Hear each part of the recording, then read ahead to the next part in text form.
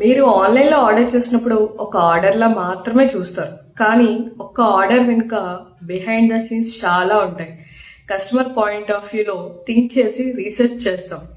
New collection launch చేసే ముందు నేను సెల్లర్లా కాదు, కస్టమర్లా ఆలోచిస్తాను. ఎందుకంటే నేను కూడా ఆన్లైన్లో షాపింగ్ చేసే ఒక కస్టమర్ని.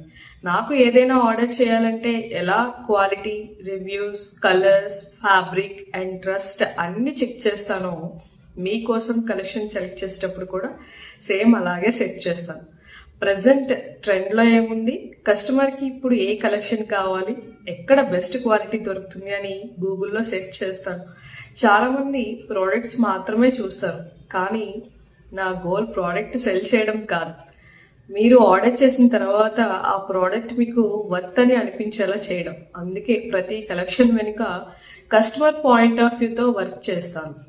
అందుకే నేను సెలెక్ట్ చేసే కలెక్షన్ మీకు నచ్చుతాయని అనుకుంటున్నాను. ఎందుకంటే అవి నా చాయిస్ కాదు, ముందుగా మీ అవసరాల్ని అర్థం చేసుకొని సెలెక్ట్ చేసిన చాయిస్. మీరు ఆన్లైన్ షాపింగ్ చేసేటప్పుడు ముందుగా దేన్ని చెక్ చేస్తారు? కమెంట్ చేయండి.